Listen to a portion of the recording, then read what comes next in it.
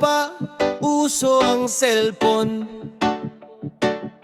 hampang lang karsada kada hapon. Lagasanay panaguay himuon, hasta pag-abot sang kagab-ihon.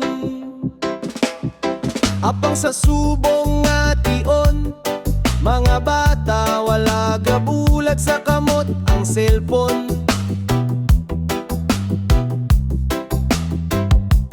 Ang masakit, mabudlay pa suguon,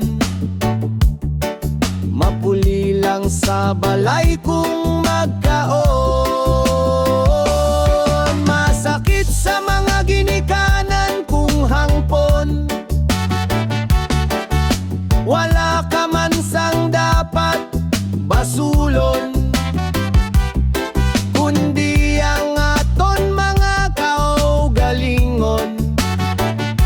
Kayang pagdisiplina sa bata nalimtan na naton.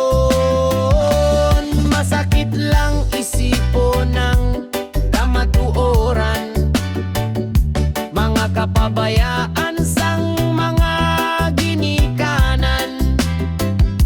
Iban kabataan garibilde sa eskwelahan, wala nagasunod sa teacher, mabudlay tudluan. Sinogid ay hanang dapat basulon, kita nga